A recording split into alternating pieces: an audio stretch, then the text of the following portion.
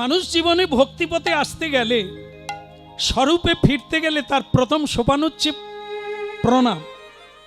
এটা হচ্ছে সংসারে এক অমোঘ ঔষধ, প্রণাম।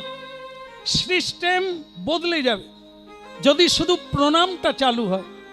এই প্রণাম না থাকার জন্য সংসারে যে কতখানি অঘটন ঘটছে আপনারা একটু মিলালে মিলে যাবে। আমি আসছি,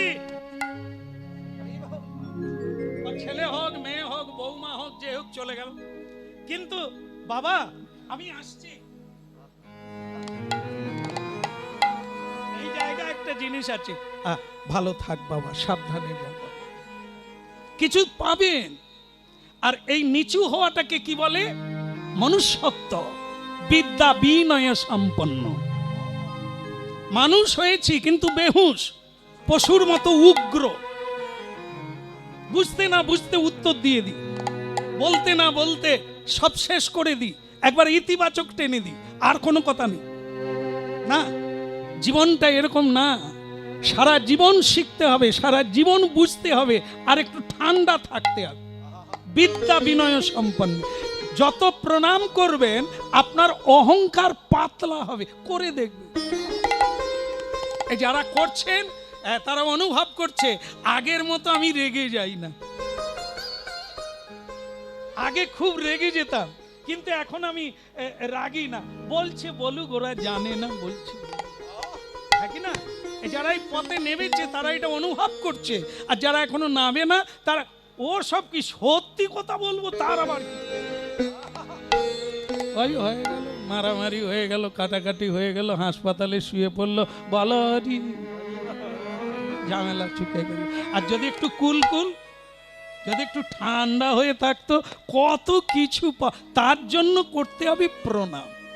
তদ বৃদ্ধি প্রণিপাতেন, নিজেকে সমৃদ্ধি করতে গেলে প্রণাম করো।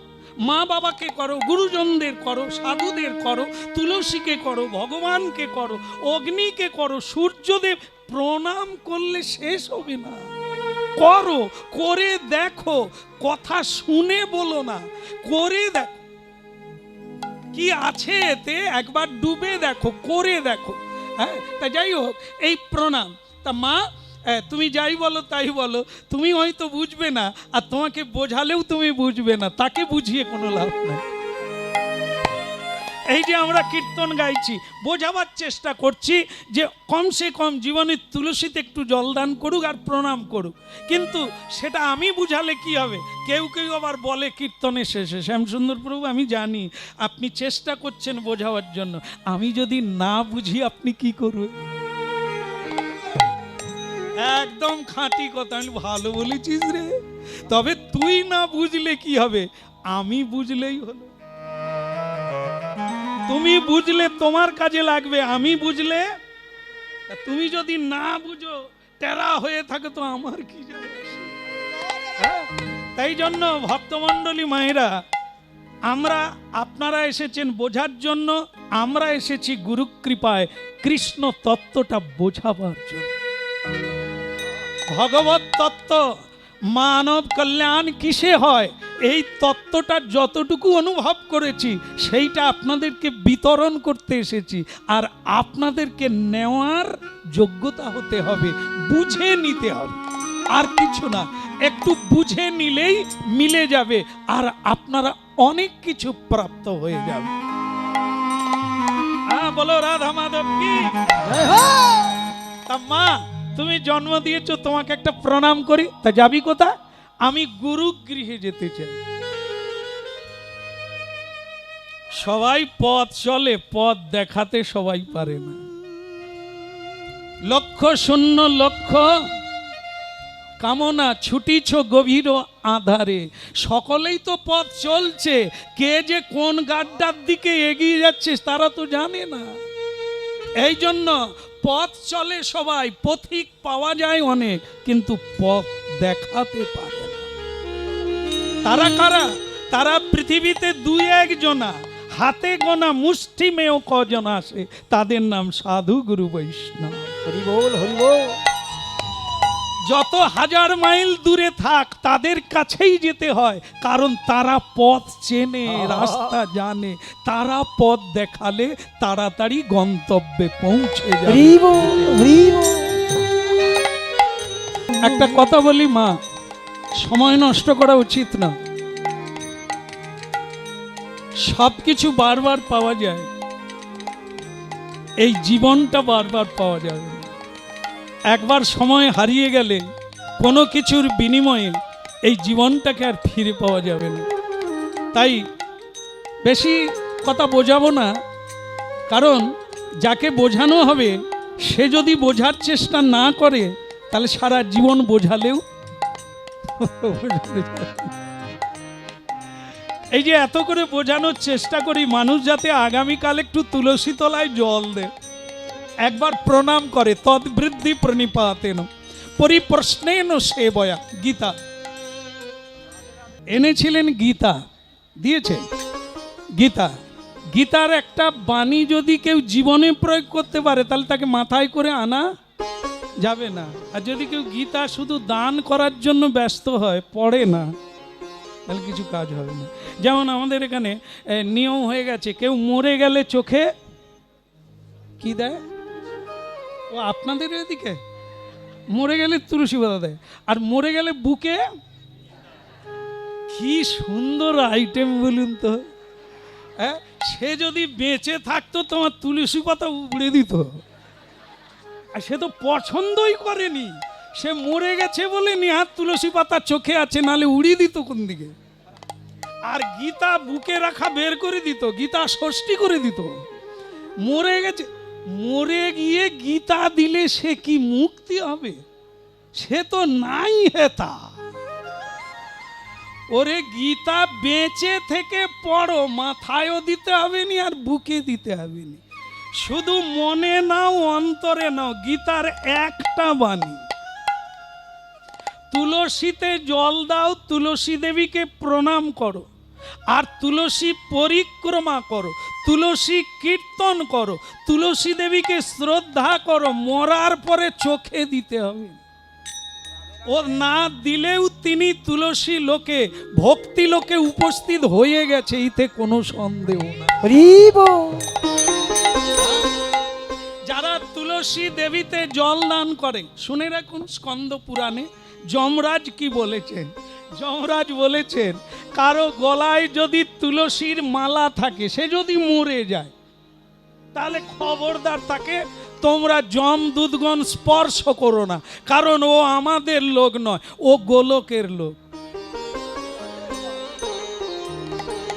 কেউ যদি তুলসীর সেবা করে, পান করে, তাকে প্রদক্ষিণ করে, কীর্তন করে, তাহলে তাকে 10 হাত দূর থেকে প্রণাম করবে, যম লোকে আনবে না। এত বড় মহিমা। মরার পরে তুলসী কোনো কাজে আসে না। মরার পরে গীতা বুকে দিলে তার গীতা জ্ঞান হয় না, ত্যাগও হয় না, সে তো দেহ ত্যাগ করে চলে গেছে। এই জন্য অনুভবটাই হচ্ছে সবচাইতে বড় জিনিস। মা, আমি গুরুগৃহে চললাম, গুরু ছাড়া গতি নাই, গুরু ছাড়া পথ নাই, গুরু ছাড়া মুক্তি নাই, গুরু ছাড়া ভক্তি নাই। যেমন দেখেন, এক মা মানে পড়াশুনো জানে না আমার মতো, তো সে বয়স হয়ে গেছে, মেয়ের বাড়ি যাবে, একটা পুটুলে করে পুঁই শাক টাক অনেক কিছু নিয়েছে, নিয়ে বগলের মধ্যে নিয়ে ও মা বাসে উঠে পড়েছে। বাসের পেছন দরজা দিয়ে ঢুকে দেখে বাসের ভিতরে ভীষণ ভিড়, একটুও জায়গা নেই। সে বুড়িমা সকলকে বলছে, যে বাসটা তৈরি করেছে এ তো ছোট করে কেন করে বাবা, একটু তো বড় করে করলে তো একটু বসি গো, কটা মাত্র সিট করেছে। তো বুড়িমা এই পেছন দরজা দিয়ে উঠে যেতে যেতে একবারে সামনে গিয়ে দেখে বাস তো দাঁড়িয়ে আছে, একটা সিট খালি। সে কি আনন্দ মা, কি আনন্দ! বলে, ঠাকুর তোমার মুখে ফুল চন্দন পড়ুক। যে কষ্ট দেখে বুড়িটার জন্য একটা সিট রেখেছো, তাই তোমাকে ধন্যবাদ। বুড়িমা, এত লোকে সিট পায়নি, বুড়িমা সিট পেয়ে গেল। বুড়িমা সিটে বসে দোক্তা পান খুলে খাওয়া চালু।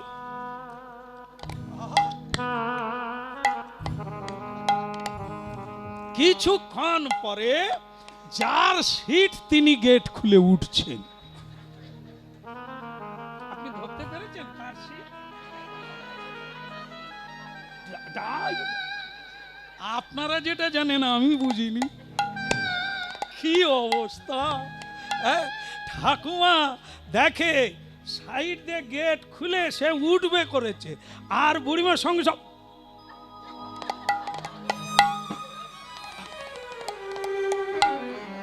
পানের পিচটা ফেলে দিয়ে, আর সে ড্রাইভার বলে, ঠাকুমা উঠে পড়ুন। চল, তুই কে রে? তুই কে ডা? তুই আমাকে উঠতে কস কে রে? পরের গাড়ি আয়। আরে ঠাকুমা, ও ঠাকুমা, ঠাকুমা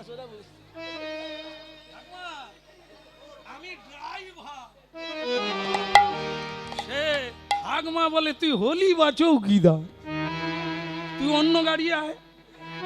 এ সিট আমি ছাড়বো নি রে, কত কষ্ট করে পেয়েছি রে, তোকে ছাড়বো বলিয়া নাকি রে? তুই পরের গাড়ি। সে ড্রাইভারও বুঝাতে পারেনি, প্যাসেঞ্জারও বলছে, ঠাকুমা আপনি কোথায় যাবেন? মেয়ের বাড়ি। মেয়ের বাড়ি? হ্যাঁ, ওই যে হাইব্রিড পুঁই গাছ নিয়ে পুঁই শাক নিয়ে যাচ্ছি, আমার বড় মেয়ে খুব খেতে ভালোবাসে সরষে বাটা দিয়ে। প্যাসেঞ্জার হেসে বলছে, ঠাকুমা তোমার পুঁই শাক এইখানেই সরষে হয়ে যাবে। বলে, তুমি ওই সিট ছেড়ে দাও। আরে বাবা, ড্রাইভারে বলে, হলো বা চৌকিদার, সিট আমি ছাড়। শেষকালে ড্রাইভার একটু ঘুরিয়ে বলছে, ঠাকুমা আমি গাড়ি চালাই, আমি না চালালে জামাই বাড়ি যাবেন কি করে? তুই তো বলবি যে আমি গাড়ি চালাই, খালি বলে ড্রাইভার। তা আমি মানে সে তো পড়াশুনো জানে না, আমারই মতো, সে তো ড্রাইভার মানে বোঝে না, সে খালি বলে ড্রাইভ। এইবার বুঝতে পেরেছে, যখন বলে ঠাকুমা আমি গাড়ি চালাই, আমি না চালাইলে জামাই বাড়ি যাবেন কি করে? ঠাকুমা বলে, তাই তো, ওই জন্য গাড়ি চলে না। উঠে বস, তবে তুই যখন নেমে যাবি সিটটা আমাকে দিবি।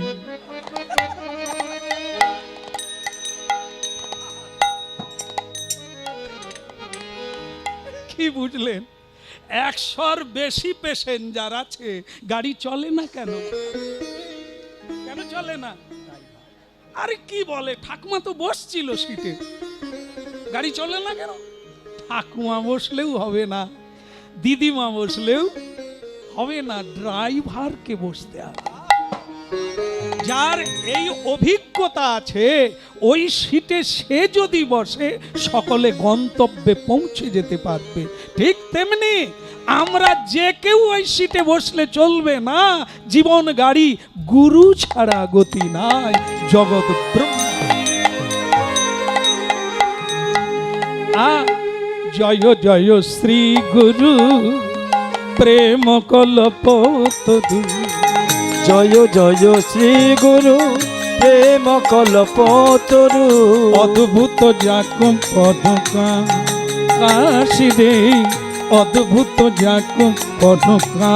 ওই নয় অদ্ভুত যাক পরকা কাশ রে, অদ্ভুত যাক পরকা। শ্রী গুরুদেব কি একবারে পৌঁছে গেল কাশী ধামে। আপনারা জানবেন, যারা হরিনাম শুনছেন বা গ্রন্থাদি পাঠ করেন, আপনারা জানেন বৈষ্ণব মানুষ সব, রামানন্দ স্বামী ভারতীয় বৈষ্ণব জগতের এক বিশিষ্ট বৈষ্ণব। যিনি বহু অন্ধকে পথ দেখিয়েছেন, যিনি অনেক পথভ্রান্ত জীবকে পথ পাইয়ে দিয়েছেন, সেই পরম বৈষ্ণব চূড়ামণির নাম হচ্ছে রামানন্দ স্বামী, জগৎগুরু। তার আশ্রমে গেল কাশীধামে এই সদানন্দ নামে ছেলেটি। গিয়ে গুরুদেবের চরণে পতিত হলেন। গুরুদেব বললেন, এ বেটা ক্যা চাইয়ে? অকালে সকাল রে বাচ্চা, অকালে ঘুম পেয়েছে নাকি? হাই উঠছে কেন? হাই উঠবে না, শরীর থাকলে হাই উঠবে না। তবে মা হাই উঠবে, ওই রকম বসলে হাই উঠবে। এরপরে আপনি অনেক সময় পড়েও যেতে পারেন। হ্যাঁ, ঘাড় সোজা রাখবেন, মেরুদণ্ড সোজা রেখে বসুন, আপনার দেখবেন শরীরে কোনো কষ্ট হবে না। অনেক টাইম বসে থাকবেন, এগুলো তো আমাদের বসার নিয়ম। প্রণাম করবেন, যেখানে বসবেন করে শীতটাকে সোজা রাখবেন, দেখবেন শরীরের ব্যথা বেদনা থাকবে না, মনে থাকবে না কতক্ষণ বসে আছেন। আর যদি একটু বাঁক দেন, তাহলে শরীরের ভারটা কার উপরে পড়ছে?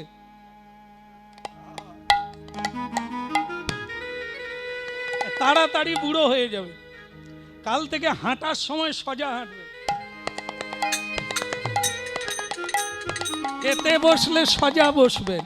এই জন্য গুরুদেব জপ করার সময় বলে দিয়েছেন, মেরুদণ্ড সোজা করে বসবে, পিছন দিকটা ধেনুকের মতো হবে, সামনেটা বাঁক দেবে। কিন্তু আমাদের সামনে বাঁক দেয়, এ ঘুমিয়ে লালা ঝরে যাবে, হরিনাম আর হবে। শ্বাস প্রশ্বাস নিতে হবে, প্রাণায়াম করতে হবে, নালে মনোচঞ্চল দূরীভূত হবে না, মন অন্যদিকে চলে যাবে। শ্বাস প্রশ্বাসের কাজ করুন, মনটা শ্বাসের দিকে চলে আসবে। এটা হচ্ছে একাগ্রতার নিয়ম। হ্যাঁ, বসতে শিখতে হবে, তাহলে অনেকক্ষণ বসে থাকবে, নালে যতক্ষণ কীর্তন হবে ততক্ষণ ঘুমিয়ে তারপরে বাড়ি চলে যাবে। মিনার মা বলবে, কেমন কীর্তন শুনলি? বুঝতে পারিনি। উনি তো ঘুমিয়ে নিয়েছেন, বুঝবেন কোথার থেকে? এই জন্য দায়িত্বটা আপনাদের বুঝে নেওয়া, আমাদের দায়িত্ব বুঝিয়ে দেওয়া। বলো কানাইয়া লাল কি? ওদিকের হলো কি না? ওই গুরুদেবের কথা। গুরুদেব বলছে, অকালে সকাল কেন? যে সময়ে খেলাধুলা করে, পড়াশুনো করে, জীবনকে নিয়ে বিলাস বহুলে মেতে ওঠে, সেই জীবন যৌবনকে নিয়ে কাশীধামে গুরুগৃহে কেন?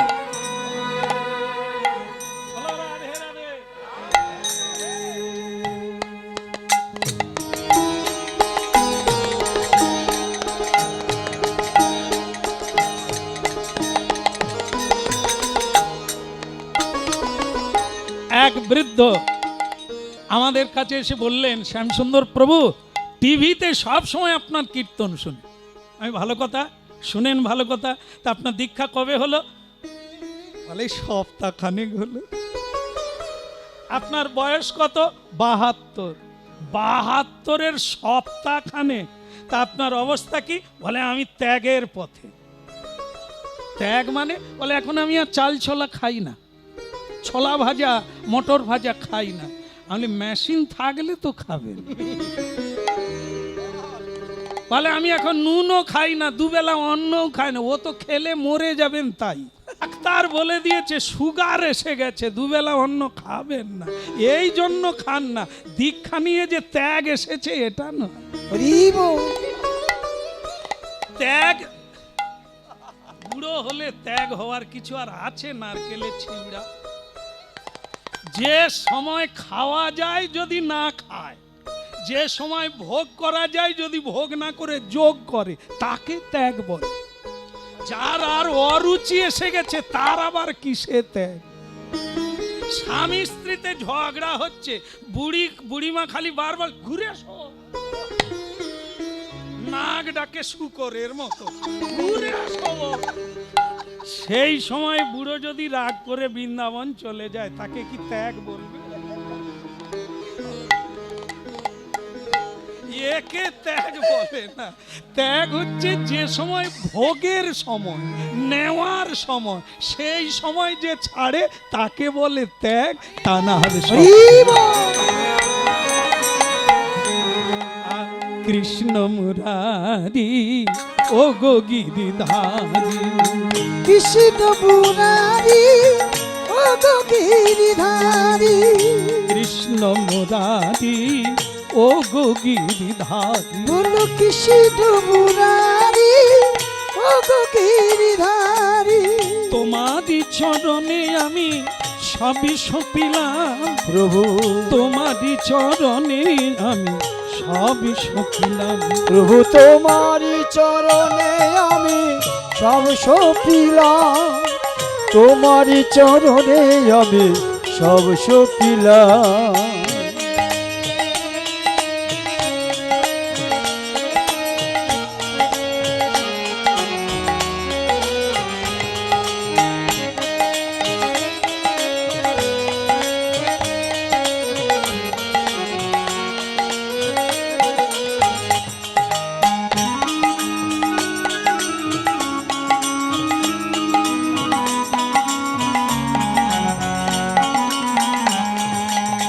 কৃষ্ণ মুরারি ও গো গিরিধারী, তোমারি চরণে আমি সবই সপিলাম, কৃষ্ণ মুরারি ও গো গিরিধারী, তোমারি চরণে আমি সব সপিলাম, যা ছিল আমারই সব তোমায় দিলাম, যা ছিল আমার সব তোমায় দিলাম, যা ছিল আমারই সব তোমায় দিলাম, যা ছিল আমার সব তোমায় দিলাম। কৃষ্ণ মুরারি ও গো গিরিধারী, তোমারি চরণে আমি সবই সপিলাম, বলো কৃষ্ণ মুরারি ও গো গিরিধারী, তোমারি চরণে আমি সব সপিলাম,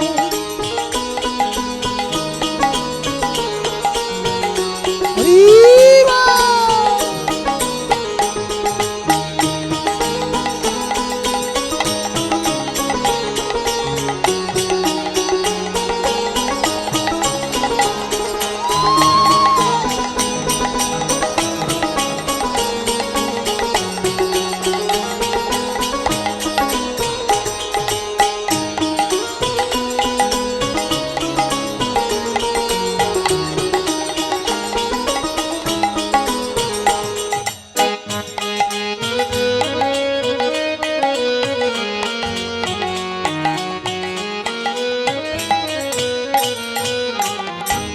বলো রাধে রাধে।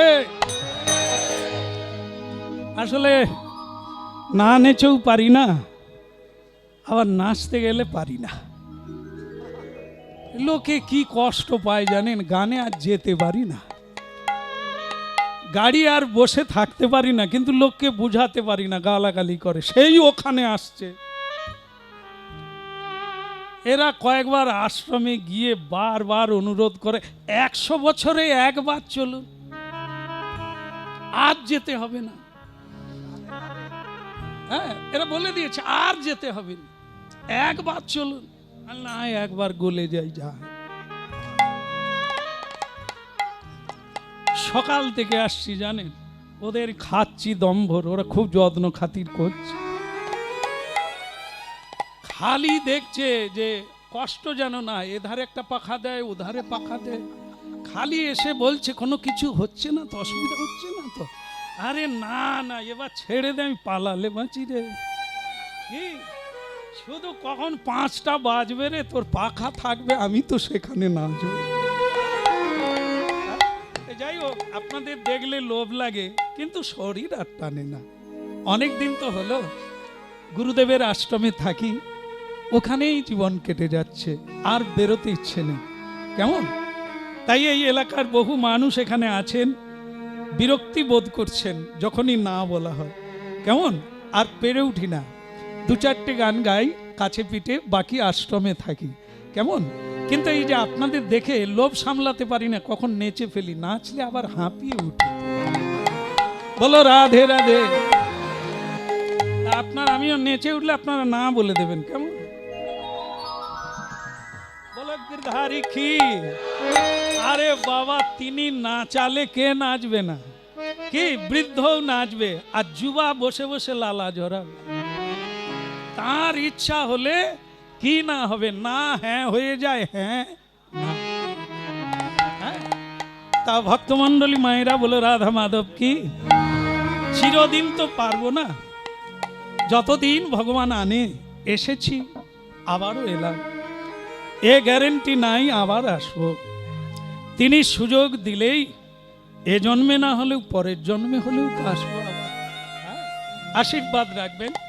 আর আজকের কথা শুনুন, ভারী চমৎকার লীলা বিষয়, ভগবানের অমৃতময় লীলা।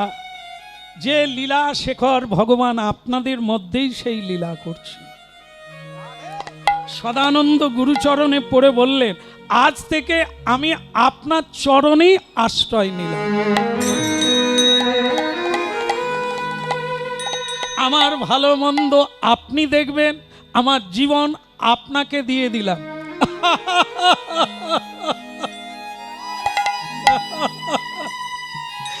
ए बच्चा, এরকম বলনে কে লিয়ে বহুত আচ্ছা লাগা। যে বলে তারও ভালো লাগে, যে শোনে তারও ভালো লাগে, কিন্তু ऐसा जिंदगी नहीं। স্বপনে দেখিলাম হায় কি মধুর স্বপন, জাগিয়া উঠিয়া দেখি একই কর্তব্য কঠোর জীবন যাপন। দিনে দেখো আর রাত্রে দেখো, স্বপ্ন দেখতে ভালো লাগে, কিন্তু স্বপ্নটা বাস্তবায়িত করতে জীবন কেটে যায়, তবু ধারে কাছে পৌঁছানো যায় না। এ বাচ্চা, কত মহা মহা গুरु फेल हो गया, चल गया, हट गया, भाग गया, और तू तो काल आया। बच्चा, ये तो नवीन सूर्य है, अभी तो बहुत बाकी, क्या करेगा तू? सब किछु আমায় দিয়ে দিলি, এ কার বুলি তুই বলে দিলি আমাকে? শোন, যদি এখানে থাকতে চাস তাহলে মা কা আবদার छोड़ दो, মায়ের আদর ভুলে যাও। সংসার আলাদা জিনিস, মা আদর করে, বাবা আদর করে, ভাই আদর করে, বোন আদর করে, বউ আদর করে, স্বামী আদর করে, ও आदर का जाएगा है, लेकिन यहाँ नहीं है। ভজন আলাদা জিনিস আর ভোজন আলাদা জিনিস। ভজন সে আবদার চলে, ভজন সে আবদার নেই চলে। থাপ্পড়ে বদনা ঘুরিয়ে দেব, ঝুঁকলেই থাপ্পড় মারবো। এখানে মার আদর নয়, বিছানা করে দেবে, ঘুমিয়ে যাবে। ভজন সাধন উলট গতি। সংসার যেদিকে চলে, জন্ম হলো, লেখাপড়া হলো, একটা সার্ভিস মিলে গেল, তারপরে কি হলো, তারপরে ইয়ো ইয়ো হলো। এর জন্য লেখাপড়াও করতে হবে না, এর জন্য সাধনা করতে হবে না, এ গড়ে সকলের জন্য পড়ে আছে। কিন্তু উলট গতি, ভগবানের ভজন করতে গেলে উল্টো দিকে হাঁটা বড় কঠিন বেটা, বহুত কঠিন হ্যাঁ। যদি সহজ হতো সকলেই তো মুড়ি মুড়কির মতো এই লাইনে চলে আসতে পারত। ভোগের কথা বললে সকলের আনন্দ হবে, ত্যাগের কথা বললে যাই রে বাপরে ডাক ছাড়বে। ভোগের কথা বলো, সকলে শুনতে ভালোবাসে। কোন কথাটা বলুন তো? সংসারে থেকে কি করে হবে। শ্যাম সুন্দর প্রভু আজকে একটু বলবেন তো, সংসারে থেকে ছেলে মেয়েকে নিয়ে, পতিদেবকে নিয়ে কি করে হবে? মা গো, নদীর কটা পার মা? পড়ে যাব বলে আমি যাইনি ওর ধারে। আপাতত নদীর দুটো পার, এপার, বাবা আপনারা গেছেন, এপার আর ওপার। তা বলি বেটা, ओ पार जाने के लिए ये पार छोड़ना पड़ेगा, ये पार आने के लिए वो पार छोड़ना पड़ेगा, नहीं तो मिडिल पॉइंट हाबुडुगु खाएगा। ও পারে যেতে গেলে এ পার ছাড়তে হবে, আর ও পার থেকে এ পারে আসতে গেলে ও পার ছাড়তে হবে বেটা। ऐसा खाना पीना मजा करेगा ऐसा भजन दिन नहीं। भजन बड़ कठिन, त्याग বৈরাগ্য তিতিক্ষা আর অনাদর। এখানে থাকতে গেলে ঘুম হবে না, খাওয়া হবে না, আদর হবে না, বালিশ পাবে না, পারবে? বলো রাধে রাধে।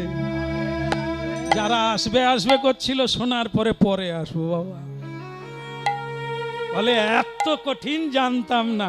এ কতজন বলেছে হরি নাম কর তোর বাড়ি হবে, তোর গাড়ি হবে, হরি নাম কর দেখবি পেট ব্যথা করবে না, রোগ জ্বালা থাকবে না। অনেকে এই লোভে হরি নামে এসেছে, আদৌ হবে না। রামকৃষ্ণ ঠাকুর ক্যান্সারে মারা গেলেন কি না? যিশু খ্রিস্টকে কুশবিদ্ধ করে মারা হলো, তারা তো ভগবান। আর আপনি কি বলা যায়, আমি আর বলবো কেন? আপনি তো ট্যাঁ করলেই প্যাঁ করবেন, এতে হবে? ভজনে এলে কেঁদে কেঁদে সারা হয়ে যাবে। রাধা রানী চোখের জল শুকায়নি, এত ভালোবেসে নিকটে থেকে। আর আমরা তো সীমানার ধারে যাইনি। হরি নাম হলে ঘর ভেঙে যাবে, হরি নামকে ধরতে গেলে আত্মীয় ভেঙে যাবে, ধন চলে যাবে। আর আপনি বলেন হরি নাম করলে গাড়ি বাড়ি হবে। গাড়ি বাড়ি যারা হরি নাম করে না তাদেরও হচ্ছে, তোমারও হবে। পরিশ্রম করো, সব পাবে। কিন্তু হরি ভজন না করলে, হরি প্রেম আর ভক্তি